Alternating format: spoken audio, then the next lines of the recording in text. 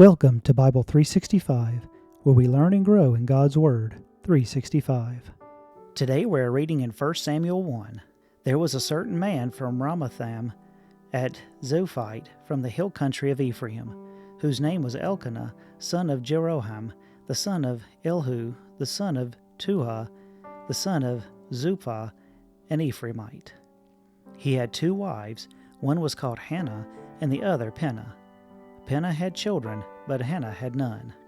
Year after year, this man went up from the town to worship and sacrifice to the Lord Almighty at Shiloh, where Hophni and Phinehas, the two sons of Eli, were priests of the Lord. Whenever the day came for Elkanah to sacrifice, he would give portions of meat to his wife Peninnah and to all her sons and daughters. But Hannah he gave a double portion because he loved her, and the Lord had closed her womb. Because the Lord had closed Hannah's womb, her rival kept provoking her in order to irritate her. This went on year after year. Whenever Hannah went up to the house of the Lord, her rival provoked her until she wept and would not eat. Her husband Elkanah would say to her, "Hannah, why are you weeping? Why don't you eat? Why are you downhearted?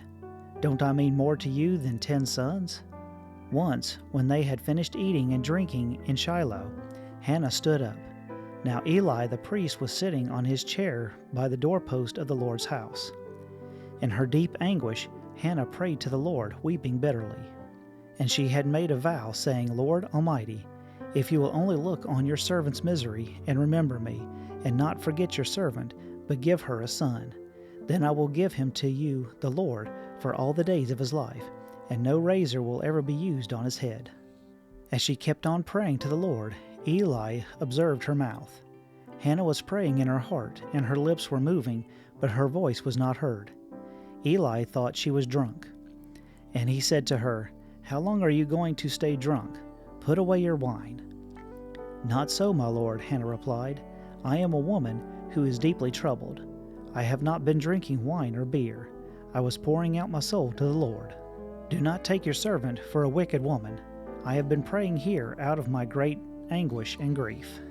Eli answered, "Go in peace, and may the God of Israel grant you what you have asked him."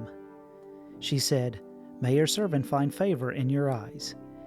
Then she went her way and ate something, and her face was no longer downcast.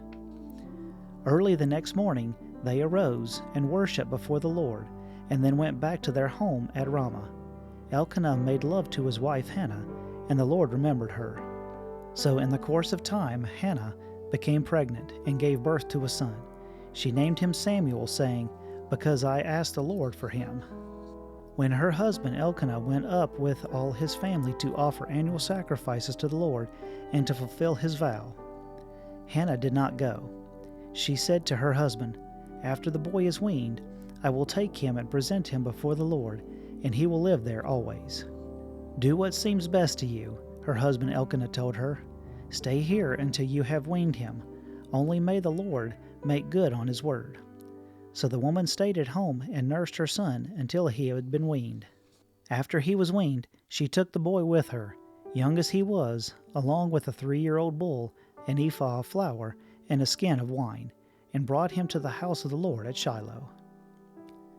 When the bull had been sacrificed, they brought the boy to Eli. And she said to him, "Pardon me, my lord. As surely as you live, I am the woman who stood here beside you praying to the Lord. I prayed for this child, and the Lord has granted me what I asked for him for. So now I give him to the Lord. For his whole life he will be given over to the Lord." And he worshiped the Lord there. Thank you for listening. If you found value in it, then like, share, and subscribe. I pray that you have a blessed day.